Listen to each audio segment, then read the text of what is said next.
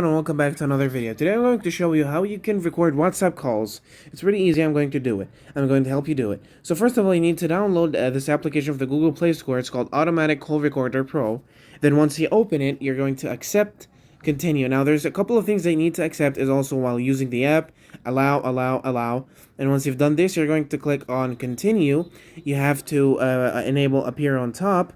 Okay, a bunch of settings that you need to first accept and do. Okay, as you can see, I'm enabling call you onto my accessibilities, and as you can see, after I've done all the settings, now I'm into the application. Now once you have this application, once you have this application, any call that you're going to receive, the application is going to automatically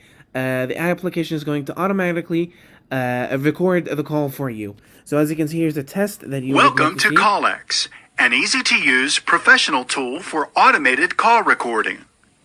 CallX offers a unique set of features which will allow you to So you can actually listen to this and know a bunch of different features that you can do.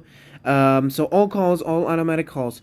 Now there's also a bunch of different options that you can do as automatic recordings. As you can see here, it's automatic. Use a volume up key as a use a volume up key as a hotkey. So basically, once you get a call, you press a volume up and it's going to record.